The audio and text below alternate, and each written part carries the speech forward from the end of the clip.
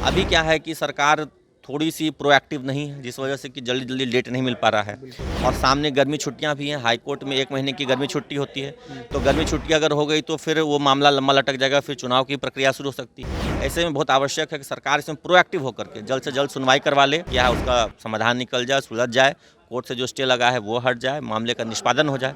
और जो 43,000 प्रधान शिक्षक और प्रधानाध्यापक जो पोस्टिंग इंतजार में हैं, उनको पोस्टिंग मिल जाए। शिक्षा विभाग अभी भी रिक्तियों को लेकर के क्लियर नहीं है कि कितनी रिक्तियां हैं, किस स्कूल में कितने सीट्स खाली हैं। अभी TRE 3 की जो पोस्टिंग हुई है उसमें ऐसा देखने को मिला है कि ऐसे विद्यालय जहाँ पे पहले से ही ज़्यादा शिक्षक थे, वहाँ फिर से शिक्षक पहुँच गए हैं। और ऐसे स्कूल्स जहाँ पे कि शिक्षकों की कमी थी, वहाँ पे शिक्षक नहीं पहुँचे हैं। तो ये अनियमितता हुई है। अब हो सकता है अनियमितता इसलिए हुई हो कि ट्रांसफ़र संभावित है।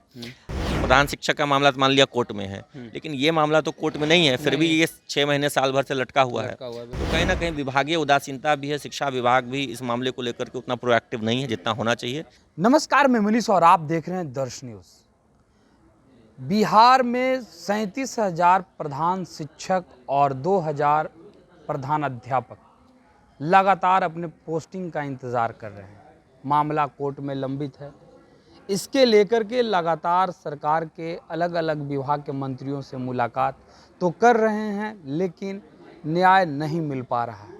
इसी मुद्दे पे बात करेंगे। हमारे साथ मौजूद हैं शिक्षकों के नेता अमित विक्रम जी। सर, कैसे देखते हैं लगातार शिक्षक जो हैं इंतज़ार कर रहे हैं, जो प्रधान शिक्षक हो गए, प्रधानाध्यापक हो गए, कि जल्द से जल्द उन्हें विद्यालय में पोस्टिंग दिया जाए। मामला जो है कोर्ट में लंबित है, क्या कहेंगे? देखिए, करीब 37,000 प्रधान शिक्षक और 6,000 प्रधानाध्यापक जो +2 स्कूल्स हैं उनके लिए, जो पास करके BPSC ने परीक्षा आयोजित की और पिछले 6 महीने से परीक्षा पास करके पोस्टिंग इंतजार में बैठे हुए। हम लोगों ने सरकार पर दबाव बनाया था कि चॉइस पोस्टिंग हो, और उस चॉइस पोस्टिंग नीति सरकार की बनी, विभाग की बनी, और उसमें जिला का पहले ऑप्शन दिया गया।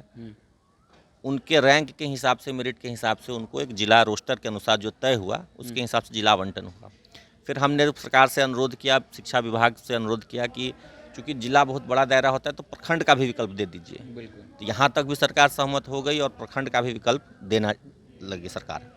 लेकिन इसी बीच में कुछ ऐसे शिक्षक साथी थे जिनको अपना ऐच्छिक जिला नहीं मिल सका, क्योंकि कोई भी ट्रांसफ़र पोस्टिंग व्यवस्था होती है तो 100% लोगों को खुश नहीं कर सकता है। कुछ ना कुछ लोग तो नाराज़ होंगे।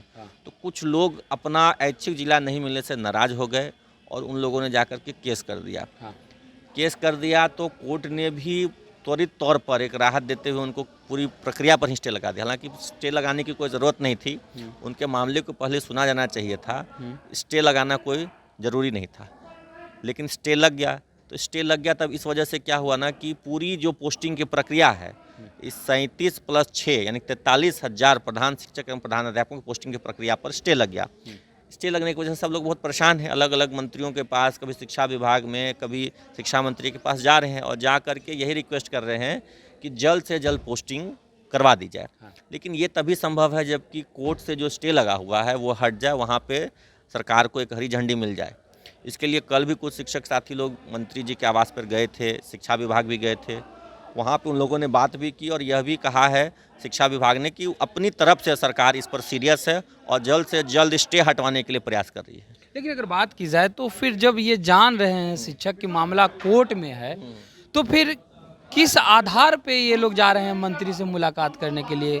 किस वजह से ये लोग जा रहे हैं शिक्षा विभाग में आखिर? देखिए, इस वजह से जा रहे हैं कि सरकार ही इस पर पहल करेगी, क्योंकि सरकार इसमें एक पार्टी है और सरकार अगर चाहेगी तो हाई कोर्ट जो है इस मामले की जल्द सुनवाई कर सकती है। अभी क्या है कि सरकार थोड़ी सी प्रोएक्टिव नहीं है, जिस वजह से कि जल्दी जल्दी डेट नहीं मिल पा रहा है। और सामने गर्मी छुट्टियां भी हैं, हाई कोर्ट में 1 महीने की गर्मी छुट्टी होती है। तो गर्मी छुट्टी अगर हो गई तो फिर वो मामला लंबा लटक जाएगा, फिर चुनाव की प्रक्रिया शुरू हो सकती है। तो इन सब कारणों से जो है एक लंबा गैप हो जाएगा और हो सकता है चुनाव के कारण पूरी पोस्टिंग प्रक्रिया टल जाए। ऐसे में बहुत आवश्यक है कि सरकार इसमें प्रोएक्टिव होकर के जल्द से जल्द सुनवाई करवा ले और जो भी मामला है, जो भी शिक्षकों ने केस किया है उसका समाधान निकल जाए, सुलझ जाए, कोर्ट से जो स्टे लगा है वो हट जाए, मामले का निष्पादन हो जाए। और जो 43,000 प्रधान शिक्षक और प्रधानाध्यापक जो पोस्टिंग इंतजार में हैं, उनको पोस्टिंग मिल जाए। अब मामला आता है सभी का ट्रांसफ़र का। 1,70,000 शिक्षकों का ट्रांसफ़र की बात की जा रही है 2 महीने के भीतर। 1 महीने के करीब हो गए, लेकिन अभी तक प्रक्रिया लंबित ही है। पटना को होल्ड करके रखा गया है। बाकी जिलों में बात आप ट्रांसफ़र आपका हो सकता है। लेकिन बहुत सारे ऐसे ज़िले हैं जिसमें अभी भी ट्रांसफ़र जो पोस्टिंग जो है वो रोकी गई है। वजह क्या है? क्या लगता है आपको? देखिए, ट्रांसफ़र की जो प्रक्रिया है वो बहुत पारदर्शी प्रक्रिया नहीं है और दो दुरुस्त प्रक्रिया नहीं है। मैंने कई बार इस मुद्दे पर कहा है कि शिक्षा विभाग अभी भी रिक्तियों को लेकर के क्लियर नहीं है कि कितनी रिक्तियां हैं, किस स्कूल में कितने सीट्स खाली हैं। अभी टीआरई 3 की जो पोस्टिंग हुई है उसमें ऐसा देखने को मिला है कि ऐसे विद्यालय जहाँ पे पहले से ही ज़्यादा शिक्षक थे वहाँ फिर से शिक्षक पहुँच गए हैं और ऐसे स्कूल्स जहाँ पे कि शिक्षकों की कमी थी वहाँ पे शिक्षक नहीं पहुँचे हैं। तो ये अनियमितता हुई है। अब हो सकता है अनियमितता इसलिए हुई हो कि ट्रांसफ़र संभावित है, तो ये एक रैशनलाइजेशन की भी ज़रूरत है कि जितने छात्र हैं उस अनुपात में शिक्षकों की पोस्टिंग होना ज़्यादा हो न कम हो। और ये रिक्ति का डेटा सरकार बार बार अपने अलग अलग जिलों से मांग कर रही है, जिला पदाधिकारियों से, जिला शिक्षा पदाधिकारियों से मांग कर रही है, वो डेटा आ नहीं पा रहा है। इस वजह से पूरा मामला फंसा। और पटना को लेकर के जो विशेष परिस्थिति है कि पटना में ट्रांसफ़र के इच्छुकों की संख्या बहुत ज़्यादा है। जितने सीट्स हैं यहाँ उससे करीब 4 गुना 5 गुना लोग पटना में ट्रांसफ़र चाहते हैं, विशेष करके महिलाएँ जो हैं यहाँ पर ट्रांसफ़र चाहती हैं। तो ये थोड़ा सा पेचीदा है क्योंकि सबको तो अब जितनी सीट है उतनी ही ट्रांसफ़र में आएंगी सीटें, उतने ही लोगों को ट्रांसफ़र मिलेगा, लेकिन अभी चाहने वाले लोगों की ज़्यादा है। तो इस वजह से उसको होल्ड पर रखा गया। शायद सरकार कोई नीति तय कर रही है, उसमें कोई सीनियरिटी, कुछ प्रेफरेंस दिया जाएगा जिसके आधार पर पोस्टिंग मिलेगी। अब ये सब तभी संभव है जब इस पर शिक्षा विभाग प्रोएक्टिव हो, एसीएस महोदय, मंत्री महोदय इस पर प्रोएक्टिव होकर के इसको मामले को सुलझाएं। क्योंकि प्रधान शिक्षक का मामला तो मान लिया कोर्ट में है, लेकिन ये मामला तो कोर्ट में नहीं है, फिर भी ये 6 महीने साल भर से लटका हुआ है। तो कहीं ना कहीं विभागीय उदासीनता भी है। शिक्षा विभाग भी इस मामले को लेकर के उतना प्रोएक्टिव नहीं है जितना होना चाहिए, इस वजह से विलम्ब हो रहा है। लेकिन अगर बात की जाए तो बहुत सारे शिक्षक अभी भी परेशान हैं जिनका वेतन रुका हुआ है, वेतनमान तय नहीं हुआ, सक्षमता परीक्षा देने के बावजूद भी वेतनमान तय नहीं हुए, इंक्रीमेंट नहीं हुआ है उनका। तो ये बहुत सारे ऐसे अभी भी मामले हैं जो शिक्षा विभाग जो है नहीं सुलझा पाया है। नहीं, क्या लगता है ये सब शिक्षकों को प्रताड़ित करने के लिए किया जा रहा है? बिल्कुल बिल्कुल, ये जो शिक्षा विभाग में वर्तमान में एसीएस हैं, कुछ मामलों में तो बहुत अच्छा काम कर रहे हैं, शिक्षकों की समस्या ग्रीवांश सुलझाने का दावा भी करते हैं, लेकिन जो विभाग के मूल काम है, जो मेन इनका जो कामकाज होना चाहिए था कि ट्रांसफ़र पोस्टिंग प्रक्रिया पूरा किया जाए, सक्षमता जो पास है उनकी पोस्टिंग जल्दी हो, उनका वेतनमान फिक्सेशन हो जाए, बहुत सारे लोगों का एरियर बचा हुआ, 2022 में जो बहाल हुए उनका एरियर बचा हुआ, ये रूटीन वर्क जो था, रूटीन वर्क नहीं हो पा रहा है। नए नए एक्सपेरिमेंट्स हो रहे हैं। अभी देखिए एक एक्सपेरिमेंट हो रहा है कि अब हेडमास्टर को छोड़ करके विद्यालय के अन्य शिक्षक एमडीएम चलाएंगे, बनाएंगे। तो ये सब एक्सपेरिमेंटेशन ज़्यादा हो रहा है, काम कम हो रहा है और इससे शिक्षक परेशान हैं, प्रताड़ित हो रहे हैं। जो रूटीन वर्क है, जो एक फ्लो में चलता है किसी भी विभाग का हो, उस रूटीन वर्क को अपने समयबद्ध तरीके से उसको संपादित करना चाहता है, वो नहीं कर पा रहे हैं। तो ये कहीं ना कहीं विभाग की नाकामी है, ये उनकी कमजोरी है, कह लीजिए एक तरह से, कि वो इस काम को पूरा नहीं कर पा रहे हैं। एक आखिरी सवाल रहेगा, बीपीएससी टीआरई 3 सप्लीमेंट्री रिजल्ट के लेकर के अभ्यर्थी 4 महीने से गर्दनीबाग में थे। मुख्यमंत्री आवास का घेराव करने पहुंचे, लाठियां बरसाई गई, कई महिलाएं बेहोश हो गई। अभी भी उन्हें न्याय नहीं मिल पा रहा है। मंत्री के दरवाजे खटखटा रहे हैं, प्रधान सचिव के पास जा रहे हैं, लेकिन कुछ भी नहीं हो पा रहा है। क्या लगता है इन ये लोगों तो को? देखिए सरकार की नियति बनी हुई है। बहाली के समय से ही लेकर के कई मुद्दों पर सरकार के खिलाफ प्रदर्शन हुए।